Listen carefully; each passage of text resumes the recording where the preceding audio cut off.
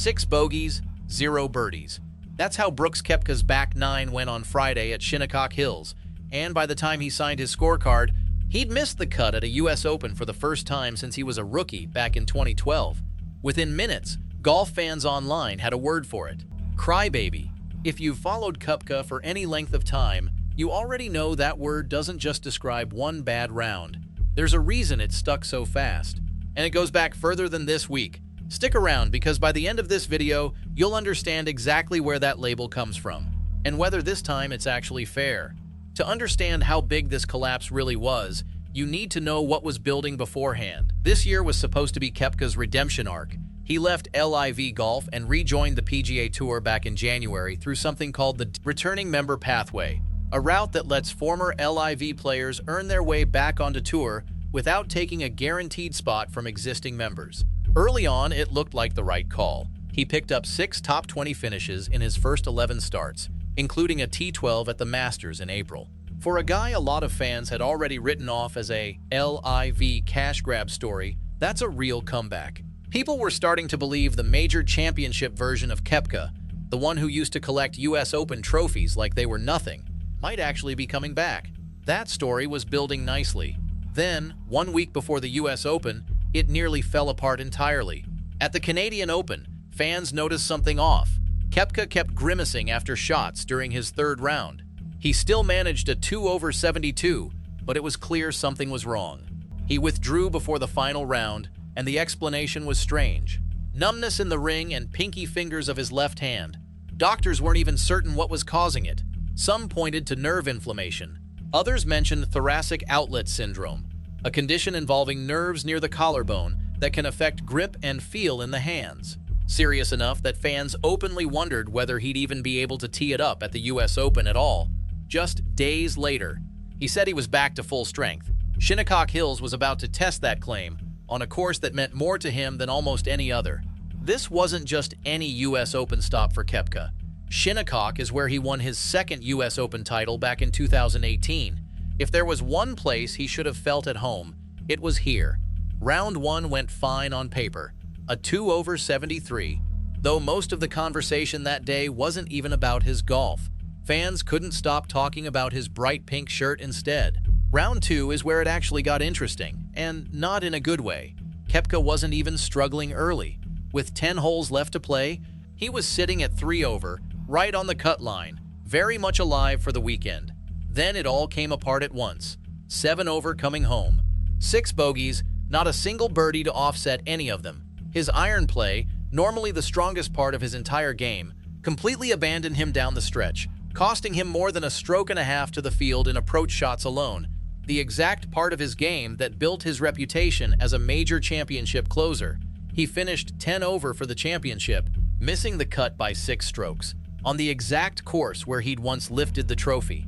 It's now the 4th time in his last 7 majors that he hasn't made it to the weekend, a stretch that's quietly become part of the story too. And that's the moment the internet stopped calling it bad luck and started calling it a pattern. So let's actually dig into why that word, crybaby, attached itself to him so fast. Here's what most casual fans don't realize. This label wasn't invented this week. It's been building for over a year, and once you line up the timeline, this week's reaction makes a lot more sense. Go back to last year's PGA Championship at Quail Hollow. Koepka missed the cut there too, and during the event, a fan in the gallery heckled him about the money he'd made from LIV Golf. Koepka didn't let it go. He stopped, turned, and snapped back, telling the fan, "You want to come down here and say it?" The clip went viral instantly, and it split fans right down the middle. Some saw a guy defending himself like anyone would after being needled all day. Others saw a major champion who couldn't let a single heckler go without engaging on camera, which only fed the idea that he can't handle criticism. Then there's the moment a lot of fans still bring up first whenever his name comes up. At a LIV event last June, Koepka started slow, visibly took his frustration out on a tee marker, slamming it hard enough that it became its own clip, and then withdrew from the event altogether, citing illness. Fans weren't convinced the illness was the real reason. Calls for some kind of suspension started trending that same night, and the word unacceptable showed up across nearly every reply under the highlight. Each one of those moments might have faded on its own, but fans don't forget. They stack them, one on top of the other, until a single bad week is enough to set the whole pile off again. Even earlier this year, before this comeback story had any real momentum, the reputation was already following him around. One comment that went viral read, 234th in the world, and the biggest crybaby in sports. Thousands of likes, and that was before anyone knew how this US Open would even play out. Golf outlets have used that exact same word for years now, not as a one-off jab, but almost as a running label inside parts of the golf community, the kind of nickname that follows a player from headline to headline regardless of what actually happens that week. So when Koepka collapsed at Shinnecock this week, fans weren't reacting to one bad round in isolation. They were reacting to years of buildup, and this just happened to be the loudest, most public example of it yet, on a course tied directly to his legacy as a champion. But here's the part that turns this from a Koepka story into something much bigger. Koepka wasn't anywhere close to alone this week. Jon Rahm missed the cut too, and the cameras caught him visibly gutted on the green, unable to hide the disappointment as his ball rolled past the cup. His first missed cut at a US Open since Shinnecock last hosted back in 2018. Defending champion J.J. Spaun never recovered from a brutal opening 78 and went home early without a real chance to defend his title. Bryson DeChambeau missed the weekend by a single stroke, his third consecutive missed cut at a major championship, something that had never happened to him before anywhere in his career. Viktor Hovland, Shane Lowry, Cameron Smith, Patrick Reed, Adam Scott, Ricky Fowler, all of them gone before the weekend even started, on a course that ended up playing easier than expected for the leaders. Put that together, and you start to see why this story spread so fast and so far beyond Koepka's name alone. It's not really one player's meltdown anymore.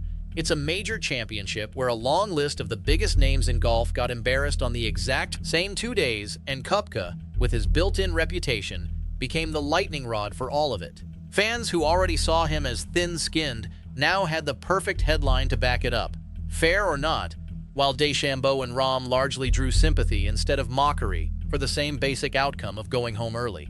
And that's really the uncomfortable split sitting underneath all the jokes this week. One side of the fan base believes Koepka brings this on himself through years of snapping at hecklers, citing injuries, and walking off events early whenever things go wrong.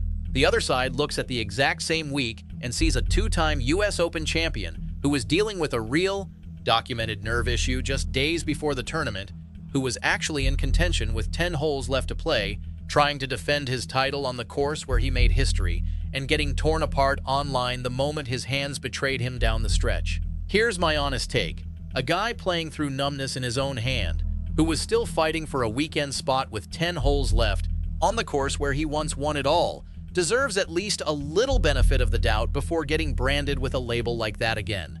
But I also understand why years of the same pattern have worn a lot of fans down to the point where sympathy runs out fast, no matter what the explanation is this time around. So now I want to hear it from you.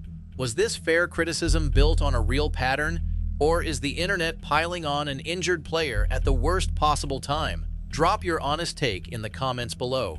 And if you want more breakdowns like this, the real story behind the headlines instead of just the surface level drama, hit subscribe and turn on notifications so you don't miss the next one.